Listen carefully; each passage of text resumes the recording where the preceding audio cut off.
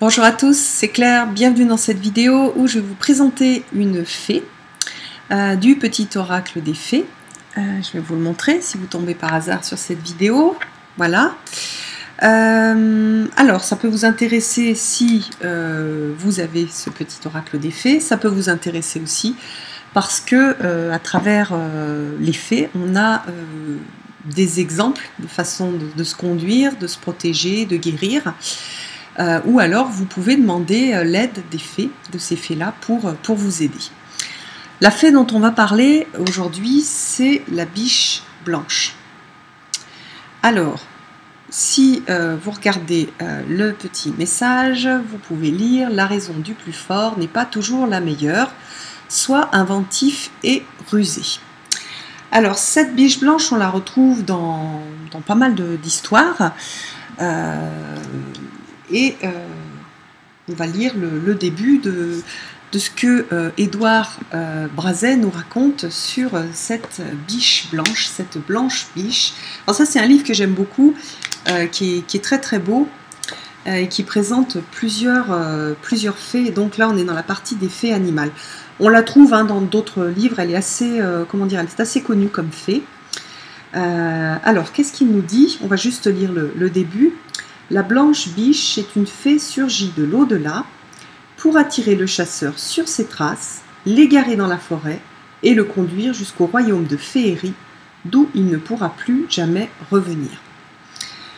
Donc, on voit dans cette introduction que on a cette biche qui vient de l'au-delà, qui va apparaître et qui va attirer le chasseur pour le perdre et puis pour l'emmener dans un endroit dont il ne pourra plus revenir.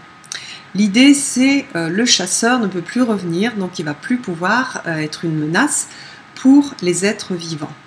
On a vraiment cette idée dans la biche blanche de la protection du vivant avec le chasseur qui correspond à l'agresseur, au prédateur, à celui qui tue, à celui qui détruit le vivant.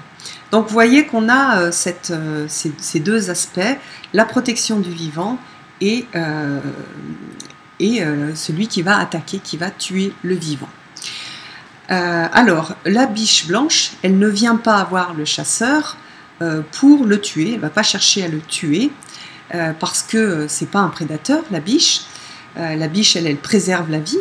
Donc elle ne va pas tuer le chasseur, elle va l'emmener, elle va le perdre, elle va utiliser ses outils à elle et elle va respecter aussi ses valeurs pour protéger les animaux de la forêt par exemple, ou les autres hommes, les autres femmes qui pourraient être menacés par ce chasseur.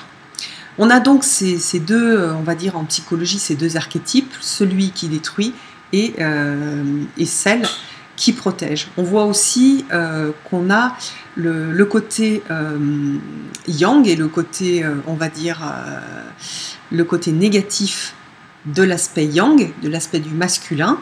Dans le masculin, il y a du positif et du négatif, et dans le féminin aussi.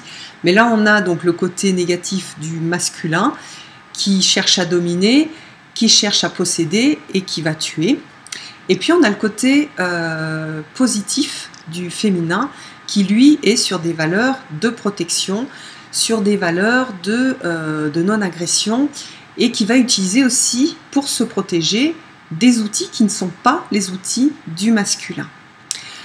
C'est une fée qui est très intéressante dans le monde d'aujourd'hui où on a énormément de valeurs masculines, on a énormément de guerres aussi dans ce monde, on a énormément d'agressions. Mais on a une énergie de féminin qui est en train de grandir, et donc cette énergie qui est portée par la biche blanche, et pas que d'ailleurs, est en train d'imprégner un petit peu le monde pour le transformer. Donc c'est une fée qui est très importante et qui est très intéressante. Alors, comment est-ce que la biche blanche, elle va protéger le vivant ? Elle ne va pas, donc on a dit, tuer le chasseur, elle ne va pas utiliser les outils du chasseur pour se protéger, elle va utiliser des outils, enfin des moyens qui sont des moyens doux et des moyens de protection. On peut imaginer que peut-être que en tout cas moi c'est ce que j'aime imaginer, dans le monde de féerie, le chasseur soit touché par ces valeurs féminines de protection et qu'il soit transformé, et que peut-être quand il sortira du monde de féerie, en effet le chasseur jamais ne ressortira du monde de féerie, mais par contre l'être qui est rentré dans ce monde-là aura été transformé et aura laissé son fusil, donc il ne sera plus le chasseur. On voit bien qu'on n'est pas sur un homme, on est sur une fonction, puisque c'est le chasseur qui disparaît, c'est pas l'homme lui-même. Donc, qu'est-ce que ça veut dire dans notre vie de tous les jours? Ça veut dire d'utiliser des moyens détournés qui ne sont pas forcément les moyens qu'on connaît le plus, parce qu'aujourd'hui, on connaît beaucoup les moyens d'agression, les moyens c'est celui qui crie le plus fort, c'est celui qui est le plus costaud, qui est le plus musclé, c'est celui qui a plus de force, qui a le plus d'argent, qui a le plus de pouvoir, qui est dans cette position de chasseur. Et cette biche blanche, elle nous apprend qu'il y a un moyen d'utiliser d'autres outils, d'autres choses pour se protéger, et puis surtout pour faire valoir ces énergies du féminin. On retrouve aussi, alors on l'a moins sur le masculin-féminin, mais on a quand même aussi cette énergie-là dans le set d'épée. C'est-à-dire qu'ici, on peut imaginer, c'est dans le Star Tarot, mais bon, il suit le Rider-Waite, on peut imaginer que, alors on a cet animal de la forêt qui va être chassé, enfin il va y avoir une bataille, et d'un côté on a les animaux qui n'ont pas d'armes, et de l'autre côté on va avoir par exemple des hommes qui ont des armes. Et ce petit raton laveur, avec son petit masque de voleur, il va voler les armes pour qu'il n'y ait pas de bataille, puisque les hommes sans armes vont se sentir faibles, et donc on va pas avoir ce conflit. Donc c'est une façon, c'est l'aspect positif de cette carte-là, d'aller chercher une autre solution que l'affrontement direct, brutal. Voilà, donc il enlève les armes et on se retrouve sur un autre mode de communication, puisqu'un conflit c'est aussi une communication, ou une absence de communication, ou une façon de communiquer différemment, et donc on va se retrouver sur un autre mode. Dans nos vies de tous les jours, donc on a ça, c'est-à-dire on peut se sentir agressé, on peut sentir que on n'a pas les moyens financiers, on n'a pas le charisme, on n'a pas parfois l'intelligence ou les connaissances pour s'en sortir, on n'a pas les muscles, on n'a pas l'aisance pour parler. Alors généralement on a des choses parmi ça, mais pas tout. Et donc l'idée c'est d'aller trouver qu'est-ce que moi je sais bien faire, et comment avec ce que je sais bien faire je peux trouver un moyen de me sortir de cette situation, qui est une situation qui est à mon désavantage, où on a en gros un prédateur et une proie, et moi je suis dans l'état de proie. L'idée, bien sûr, dans cette biche blanche, c'est très important à comprendre, c'est que je ne deviens pas le prédateur, c'est-à-dire je ne vais pas me transformer en mon adversaire, je ne vais pas devenir un prédateur, je vais faire valoir d'autres valeurs. Alors ça se passe dans plein d'endroits de notre vie, et ça va dépendre un petit peu des situations. Par exemple, je suis régulièrement agressée par un collègue de travail, et moi j'ai une très grande empathie, je suis capable de capter en fait à l'intérieur les fragilités des autres notamment, et grâce à ça, si je me concentre, j'arrive à comprendre que cette personne elle a telle ou telle difficulté, qu'elle se sent menacée dans son poste par exemple. Ça peut être, souvent c'est ça, elle sent par exemple que moi j'ai plus de compétences, plus de compréhension, etc. Et cette personne, elle se sent menacée dans son poste. Au lieu d'aller l'agresser et de lui dire mais toi mon chef, par exemple, si c'est mon chef, t'es complètement nul, tu comprends rien, je vais aller trouver les mots pour rassurer cette personne et pour voir comment est-ce qu'on peut travailler en collaboration tout en rassurant cette personne, parce que, par exemple, moi, j'ai pas du tout envie d'être chef, j'ai pas envie d'aller aux réunions, j'ai pas envie de gérer des budgets, j'ai pas envie, moi, ce qui m'intéresse, c'est le technique. Donc, le rassurer sur le fait que moi, ce qui m'intéresse, c'est le technique, et je suis super content de faire valoir mes valeurs techniques, mais par contre j'ai absolument pas besoin et j'ai pas du tout envie de devenir calife à la place du calife, parce que c'est pas un poste qui m'intéresse. Moi je suis hyper technique et j'aime justement créer et travailler sur le technique. Voilà, donc ce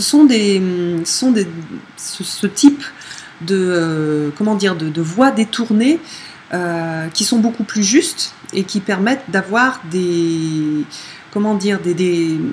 résolutions de conflits gagnant-gagnant que cette biche blanche va apporter. Alors si vous vous trouvez dans une situation compliquée, parfois c'est avec une personne, parfois c'est une situation, parfois c'est une administration, parfois voilà, vous pouvez demander à la biche blanche de vous aider à trouver un moyen détourné, un moyen qui est différent on va dire, des valeurs de la société d'aujourd'hui, des valeurs majoritaires de la société d'aujourd'hui, pour vous retrouver sur des situations gagnant-gagnant. Et puis, si vous vous trouvez aussi dans la situation inverse, par exemple, vous pouvez très bien tirer cette carte-là, alors que vous êtes le chasseur, par exemple, vous êtes en position de force et vous êtes en train d'utiliser cette position pour écraser l'autre, pas parce que vous êtes méchant au niveau intrinsèque, mais parce que à l'intérieur quelque chose de fragile qui est en train de s'exprimer. Par exemple, voilà, souvent c'est une peur. Oui, souvent ce sont des peurs.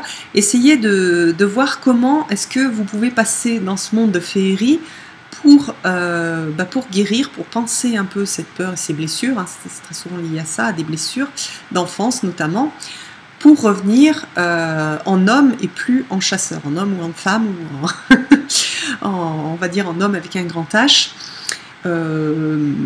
et non plus en chasseur, pour déposer les armes et pour vous retrouver sur quelque chose de beaucoup plus juste dans vos relations. Parce que toutes ces relations quand on est dans des relations de force, et même quand on est l'agresseur, quand on est le prédateur, on n'est pas bien. C'est-à-dire, il y a quand même quelque chose à l'intérieur qui, même quand on est dans la position de celui qui semble avoir le plus de force, c'est pas une position qui est confortable non plus. Voilà, parce que bien que ça se voit pas aujourd'hui, ça se voit pas bien aujourd'hui, on a quand même tous au fond de nous une graine de cette appartenance et du fait de se sentir faire partie du tout et être tous égaux les uns les autres. Et on a tous quelque part un idéal de non-agression, de bienveillance, d'accompagnement, etc. Et d'ailleurs, on le voit bien quand on va réussir quelque chose pour aider quelqu'un, on est dans une situation et dans un sentiment, un ressenti qui est un ressenti de paix, qui est un ressenti de paix, d'apaisement, de bien-être, qu'on n'a pas du tout quand on a réussi à écraser quelqu'un. En fait, quand on est dans la colère et qu'on a réussi à écraser quelqu'un, par exemple, très souvent, la plupart du temps, on n'est pas bien après. On n'est pas forcément bien. On a encore cette colère, ça n'aide pas du tout à apaiser cette colère et cette envie d'écraser. Ça n'apporte absolument pas la paix. Or, ce que nous cherchons tous, c'est quand même la paix. Donc voilà, donc tout ça pour dire que moi, je crois qu'on a tous en nous cette envie d'être dans la paix et d'être dans l'harmonie avec les autres, et que le truc, c'est qu'on ne sait pas super bien faire et qu'il faut sortir de ce dualisme du chasseur, du prédateur et de la proie pour élever un petit peu les consciences. Donc on se trouve dans la situation de la proie ou du chasseur, on va pouvoir tirer cette carte-là et elle va nous faire réfléchir à comment je passe de la proie à je suis moi en tant que proie, je deviens celui qui sauve le chasseur, parce que c'est ce que la biche blanche a fait. Et donc pour ça, je ne vais pas utiliser, je le redis, les valeurs d'agression du chasseur, le fusil du chasseur. Je vais utiliser d'autres valeurs. Je vais me mettre sur quelque chose de beaucoup plus doux et je vais amener le chasseur dans ce monde de féerie en utilisant, en inventant à partir de ce que moi je suis, à travers de ce que je sais faire, et en utilisant la ruse plutôt que la force brute. Voilà, j'espère que cette petite vidéo vous aura plu. Je vous embrasse tous et je vous donne rendez-vous pour une prochaine vidéo. À bientôt!